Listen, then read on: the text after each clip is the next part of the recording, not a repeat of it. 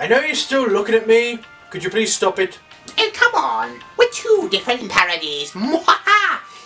We should get to know each other. No matter how much we don't want to. Oh, alright, guess I'll introduce myself. You must be Critic Juice. That's my name. Don't wear it out. I'm Dentaflaws.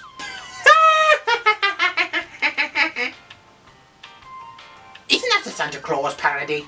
Yes, I'm a parody of Santa Claus for the Filming Daniel channel. Way to spell it out. Hello boys, how is your meeting getting along? Getting to meet you two? Aw, it's so awesome. It's like a crossover of the century. I suppose you're going to give me credit for having you two meet. No. We are so not doing that. No. Oh, come on. What's the big deal? You brought two different Halloween parodies together in the same review. Yeah, exactly, me boy. You brought us into this situation and got us to meet each other, and he's driving me mad. Oh, come on, this is the perfect review for you two to meet. I mean, your one is Christmas, one is Halloween. This is a movie that combines both of those holidays, so doesn't it make sense to have you two meet in this review? Not really, no. Way too obvious of an idea. Ah, well, forget it. I'm still going to do it anyway. Yeah, that's fair. Yeah, I guess so. Look, you two just talk it out. It's, get to know each other or something. I'm just going to do the review while totally ignoring your presence for the rest of the time. Also, again, this is kind of like a good little Avengers Infinity War kind of crossover. Hey, wait a minute. Why did you write me to be a spoiled brat in this review? That's totally out of character, don't you think? Let's do the next Christmas review.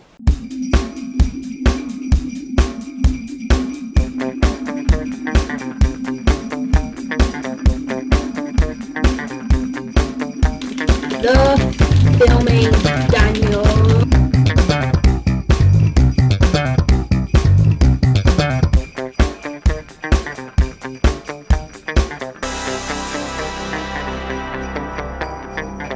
Hey guys, it's Daniel here, and welcome back to the newest review for the Christmas season. And today, I'm going to be reviewing a movie that, originally, I was thinking of watching and reviewing for Halloween, but unfortunately I ran out of time and I wasn't able to do it. So I decided to review it today for the Christmas reviews, because, I mean, Halloween, Christmas, they're both kind of each other's movies, plus it has Christmas in the title, so it definitely kind of counts. And it's also one of the main factors of Christmas, and the style of it is very unique, and it pays good tribute to some of Tim Burton's work, even though, despite what people say, it's not a Tim Burton movie, but I'll get to it when I review it. And this is also my review of my first viewing of this movie. Yes, this is the first time I've ever seen this movie. I know, shocking, right? So, with that being said, let's review the Henry Selick directed movie focusing on the Tim Burton story of The Nightmare Before Christmas.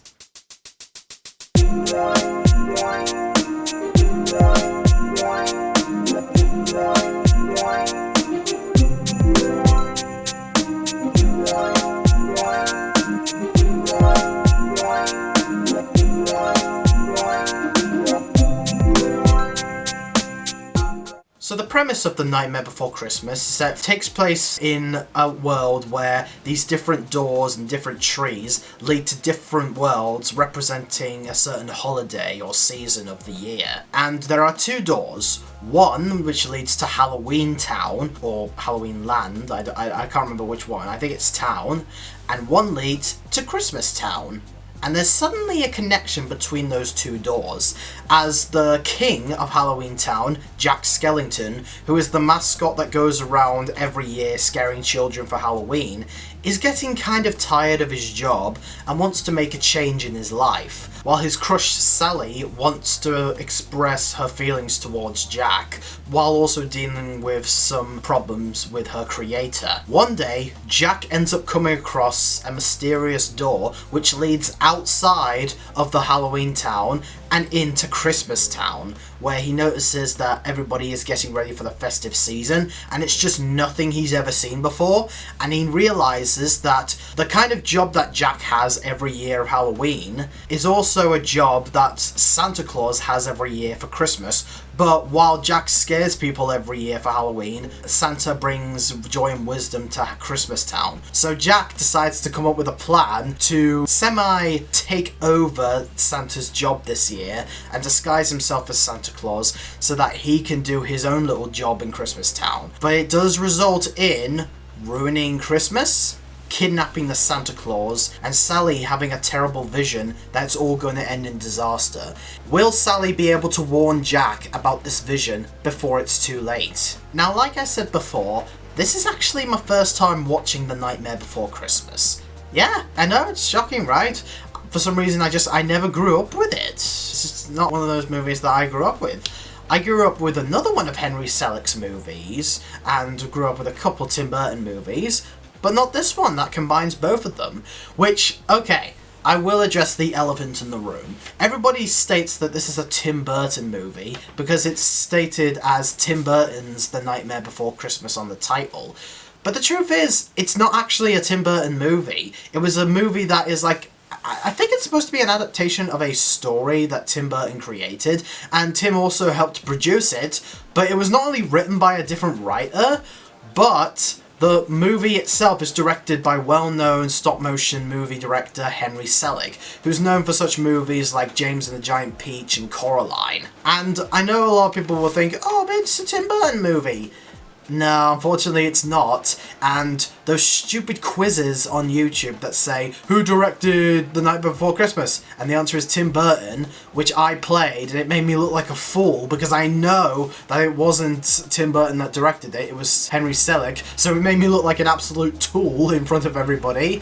And also, those non-believers, yes, it's a Henry Selick movie, not a Tim Burton movie. But I'm getting ahead of myself. So, I thought that because it's a movie that combines both Halloween and Christmas, which is also the perfect time for some characters that I created to meet for the first time.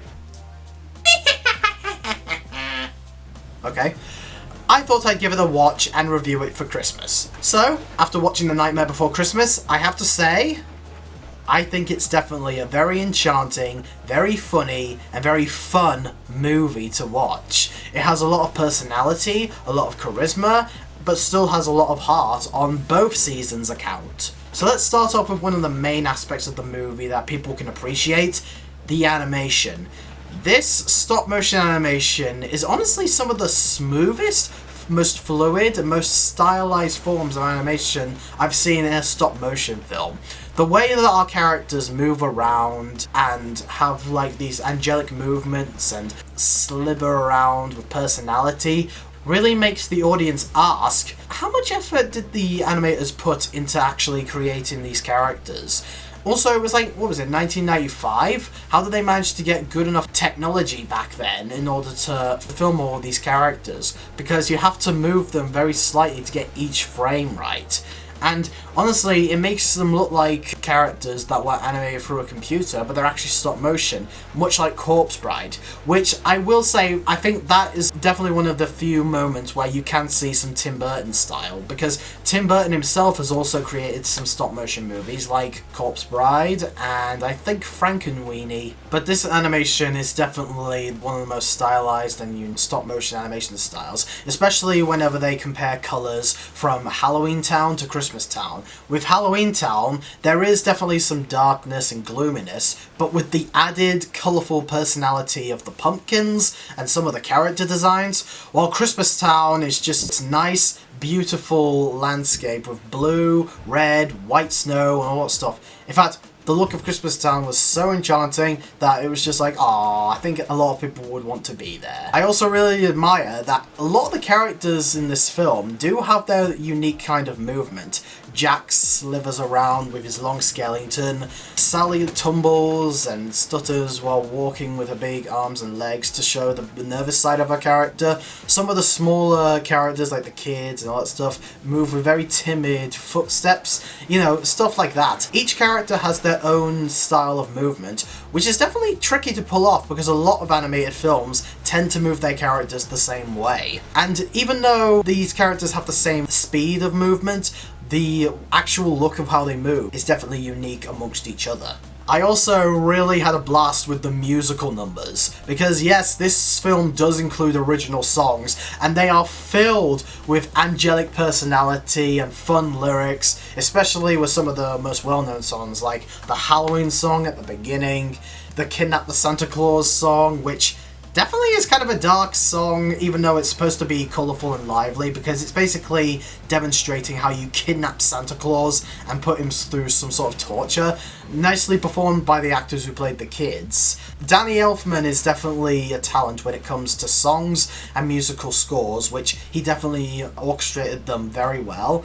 I also really love the Poor Jack song, where Jack kind of has a moment to himself, and it's just like a great personalised example of Danny Elfman's singing talent. You know, a lot of the songs I felt were very fun to watch, and I might go back to listen to them again, because I do think that they were very fun musical numbers that, in my opinion, definitely capture the feel of Halloween, but also the jingle bells in the songs add to the Christmas themes too. One thing that definitely kept my interest in the movie, and I think is probably one of the things that a lot of people who have nostalgic feelings to this film do have with this movie, is that it's genuinely fun and entertaining.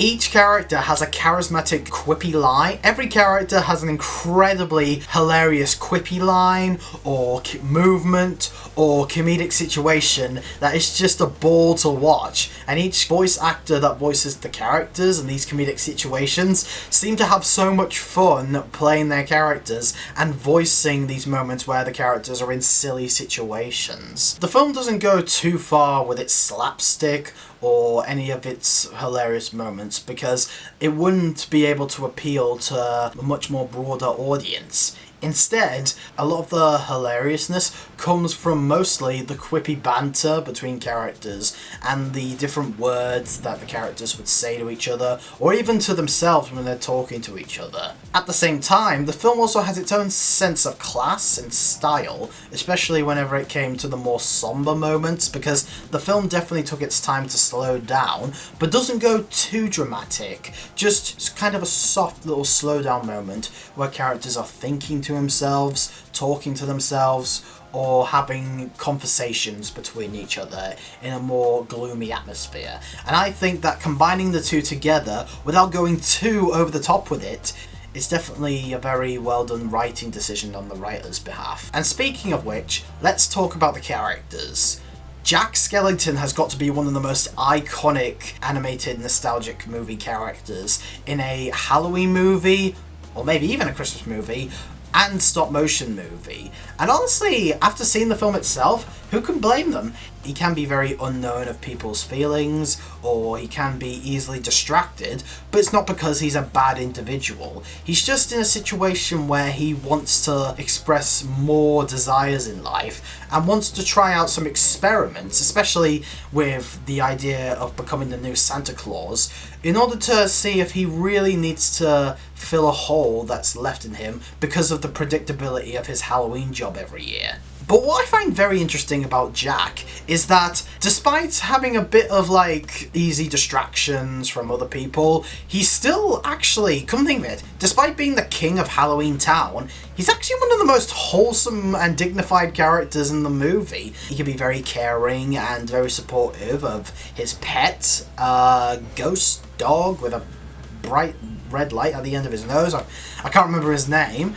He can be a supportive friend and very admired by Sally, and he can also help people in Halloween Town with any problems they're dealing, and he's also very socially confident to be able to say the right things to them in order to make them feel welcomed around his presence, or he's asking for things to help him, but politely. So I love that despite being in this like gloomy and mean-spirited atmosphere, he's definitely one of the most responsible, socially responsible characters in the film. And he does learn as well about the importance of being able to go out and try some things that might be able to help him take a break from his usual job. You can almost read this as kind of an allegory for people that are workaholics in life and are in a gloomy state, and just taking a break, maybe in a vacation or a different hobby, can actually bring their spirits up. I like that the film actually kind of explores it like that, and at the end of the day, the film doesn't go for, oh, you don't like this job, but you want to express more desires. Instead, what it really shows is that if you're feeling down about a certain position, try a new position, and then whether or not you like it or don't, might be able to spark that early position that you thought wasn't that great. So I like that the film kind of explores it like that, and it doesn't shame the audiences for choosing other things in life. Instead, it inspires them to try out some different hobbies or ideas to help them take a break from the usual job so that they can appreciate more that they have. And that's what they explore with the character of Jack. Also interesting, Jack is actually voiced by 2 different actors in this. His speaking voice is done by actor Chris Sarandon, who I've actually seen as Detective Mike Norris in the first Child's Play movie. And in my opinion, I think he does a fantastic job capturing the character's pizzazz, but also knows how to bring it down when he has to show his more tender and genuine sides too. But his singing voice is actually done by the film's composer, as well as usual well-known singer and film composer Danny Elfman. And in my opinion, I actually thought that he was just voicing Jack like all the way through, even through his speaking roles. But Danny's singing voice gets a bit more of a presence than Chris Sarandon's voice. And truth be told, I honestly, there were some moments where I kind of told that there was a difference between the actors, but I still really liked that both actors worked well with capturing the character's pizzazz, and Danny did a fantastic job singing his songs with enough, like, charisma, but also realism. Because even though this is an animated movie and some of his songs have big personalities, he still brings it down to really capture the real ideologies of Jack Skellington. And I think Jack was a fantastic lead in that regards. Next we have Sally, voiced by Kevin's mum from Home Alone, herself, Catherine O'Hara, which honestly, for the most part, she captures her character's nervous timidness, but also genuine side so beautifully that she almost comes across as unrecognisable. Like, you end up forgetting that that's the character that says, "Kevin!" Yeah. But she really does a fantastic job capturing the character's down-to-earth side, but also the need to break out of the kind of possessiveness that her scientist has over her. And there's even points where she stands up for herself, she can have a backbone, but she also knows how to speak the truth and try to see the other side of Jack's scheme. Because I love the fact that despite knowing that Jack might be causing some trouble, she doesn't guilt him into doing anything or shame him for being, like, irresponsible. Instead, she tries to stop what he's doing, but without him knowing, because while also protecting some other people, she's trying to stop him from getting hurt too, because she does care about him. I will say that Jack and Sally's relationship isn't that deep or explorative, but it is cute seeing them trying to, like, get to each other's sides and interact with each other, and it is adorable seeing Sally just struggling to express her feelings towards him. The film also has many great supporting characters. The 3 kids, one of them actually voiced by Danny Elfman himself as well. The mayor, he's entertaining, but also shows some caring sides towards Jack. The ghost dog with the red nose, I forgot what his name was, but he was entertaining and he was also very, very cute. I like this film's version of Santa Claus because he does have the jolliness, but also you feel sorry for him as well because he's just the simple Saint Nick trying to do his job and bring happiness to the people of Christmas Town, and yet you've got this Skellington guy that's trying to kidnap him and steal his job. I would personally be very annoyed like Santa if I was him, but I love that Santa in this film does have a backbone and is willing to stand up to anything that he claims is creepy or being irresponsibly possessive. But I also have to give loads of praise to the film's later antagonist, Oogie Boogie. Now, I will get into some problems I have with his character later, or really a problem with his character, because honestly, I do think that his character is a little bit unnecessary. I actually felt like this movie was working well without a real villain. I felt like Jack's, like, delusionalist about, like, his thoughts on Christmas could have been, like, the main conflict. But honestly, Oogie Boogie makes up for him not really needing to be there because he's so damn fun. He's a highlight in all the scenes he's in. He's clearly having a blast as a bad guy, showing his character's pizzazz. being surprisingly gleefully happy whenever he sees a character is suffering or a character is in a dangerous situation, and the voice actor who plays him clearly is having a blast playing a charismatic bad guy, but also does a fantastic job making him come off as widely theatrical during his musical number. Now, while I did have a lot of fun with this movie, and I can appreciate the nostalgic memories that people have with it, there are a few couple things that, in my opinion, do weigh down its potential for me. In my opinion, one thing I definitely noticed that, in my opinion, kind of caused some problems with some of the storytelling and structure is the pacing of the movie. This film is really, really short. Like, for me, I thought it was like, it's definitely very short. It's only a 76-minute long film. And honestly, come think of it, at first, I really liked that the film kind of didn't waste its time or anything, and definitely jumped straight ahead to various scenes and got straight to the point with it. I actually like the fast pace in a lot of the movie because it adds to one hilarious moment after another, one cool musical number after another. In fact, come think of it, I think that the musical numbers are pushed together so much that it made me feel like that this kind of felt like a Halloween Christmas kids version of Les Miserables, the musical, so it kind of had that charm to it. Later in the film, however, the more story elements they add in, which kind of came out of nowhere, that honestly wasn't really built up that well earlier in the film, came up in the second half of the movie in particular, it did kind of what became a victim of how fast this movie is. I felt like that the movie needed more time to really build up some of these story elements, especially ones that become conflicts in the last third, that honestly didn't really have much of a purpose before, but is rushed into having a purpose in the third act. Honestly, come think of it, when the annual Christmas mission starts, but with Jack, it's a very fun scene. I kind of wish that they did kind of do it earlier in the film so that we could stretch more and develop more elements in the second half of the movie that become obstacles for our heroes, like Oogie Boogie, which I will say is kind of a problem.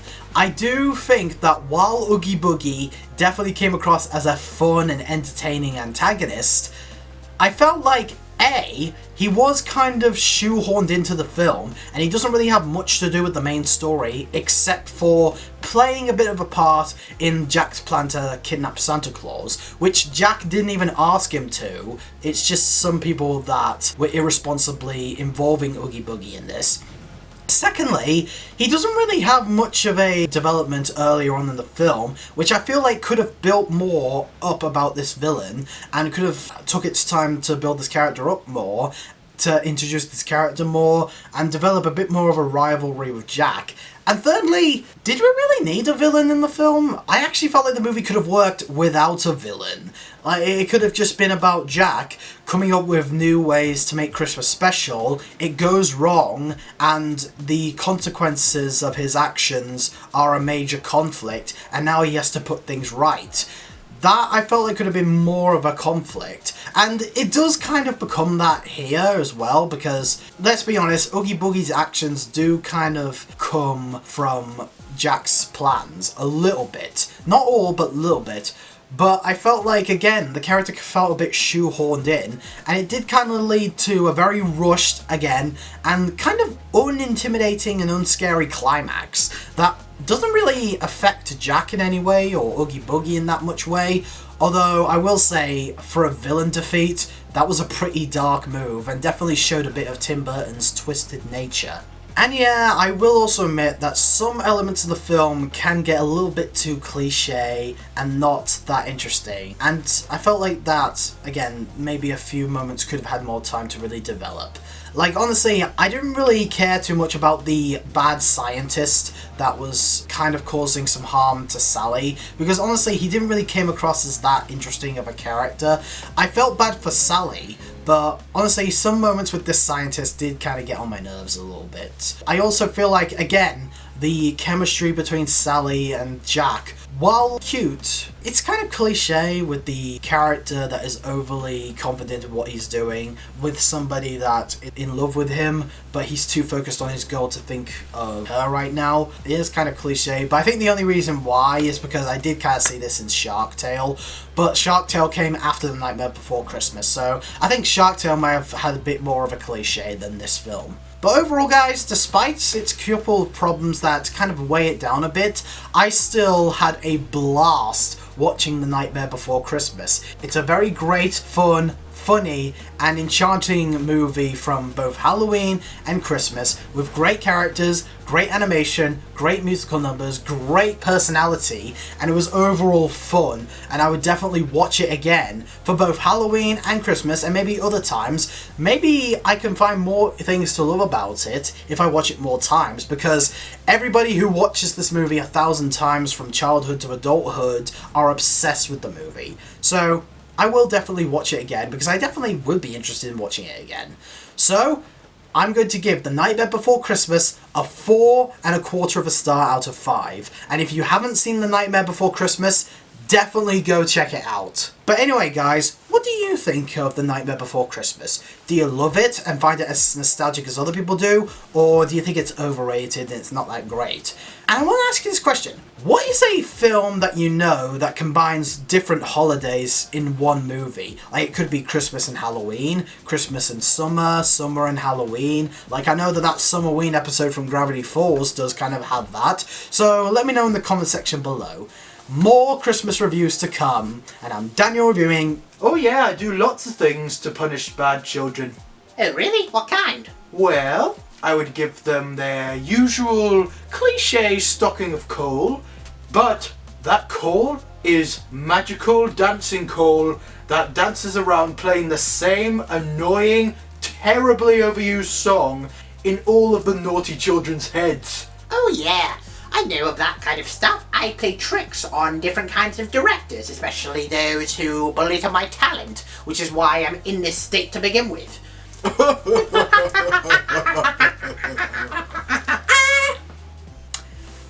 knew that they would get along. Anyway, I'm Daniel reviewing movies, TV shows, and doing videos. Till then, peace out, man.